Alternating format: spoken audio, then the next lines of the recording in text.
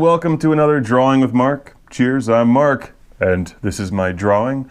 I'm putting together Ethel the Cyborg Ninja Book 1 today, a graphic novel, comic book about Ethel the Cyborg Ninja. And this is the first full-length book that I'm doing completely digitally. Penciling, most of the time I'm penciling with real pencil, and then scanning it and then doing digital ink over it. Sometimes I'm just doing digital pencil and then putting digital ink over it here on the Wacom and Photoshop. And what I'm drawing today is a dramatic shot of Ethel entering a room. And this is one of the full-page drawings for the book. And I'm also putting together a lot of images right now for the Kickstarter campaign, which you'll be seeing very soon. So the Kickstarter's been running behind because of the Best of Classic Game Room Film, which was running behind. Now that that's out, I'm moving full speed into Ethel the Cyborg Ninja. Now I broke in the digital setup while drawing a prologue for Disco 8-Track, another book that I'm writing and drawing about Edit Station 1 and Lord Karnage in the 70s.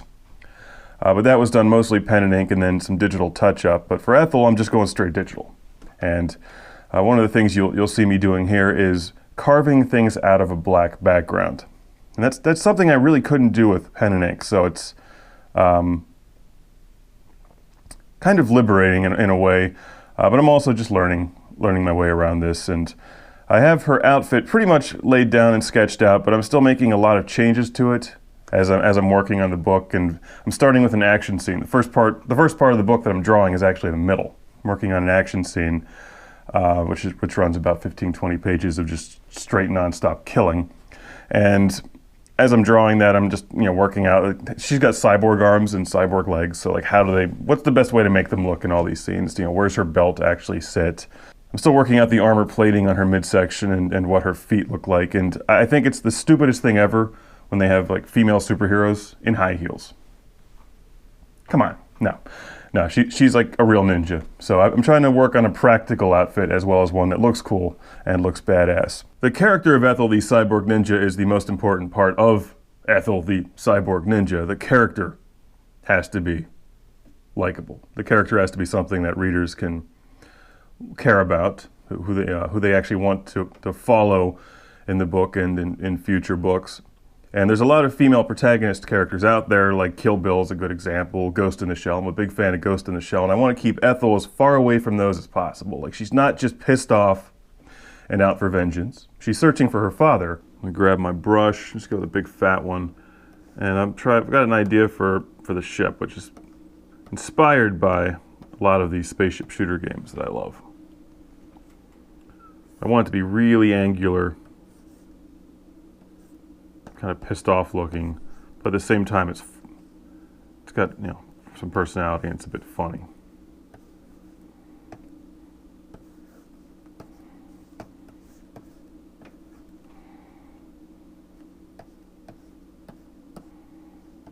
There we go. Sort of something similar to what I had in my head. I'm gonna shrink the cockpit a bit. Want the ship to be pretty big.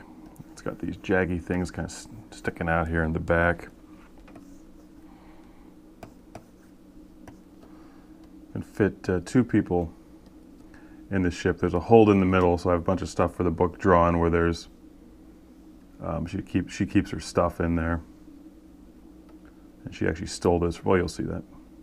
The shapes. And of course, why does a spaceship need to look like a plane in space? Well, because it also enters the atmosphere of various planets that Ethel the Cyborg Ninja visits.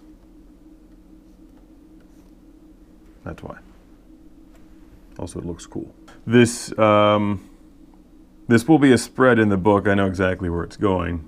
But I'm also going to use this image, the completed image, in the Kickstarter campaign. So when you see that, you'll see the finished version of this drawing. But actually, I'm going to make sure all the lines are filled in and then drop a space background in there so I can see what this thing is going to look like in full effect. Because for the most part, you're going to see the ship with a space background, as you can imagine.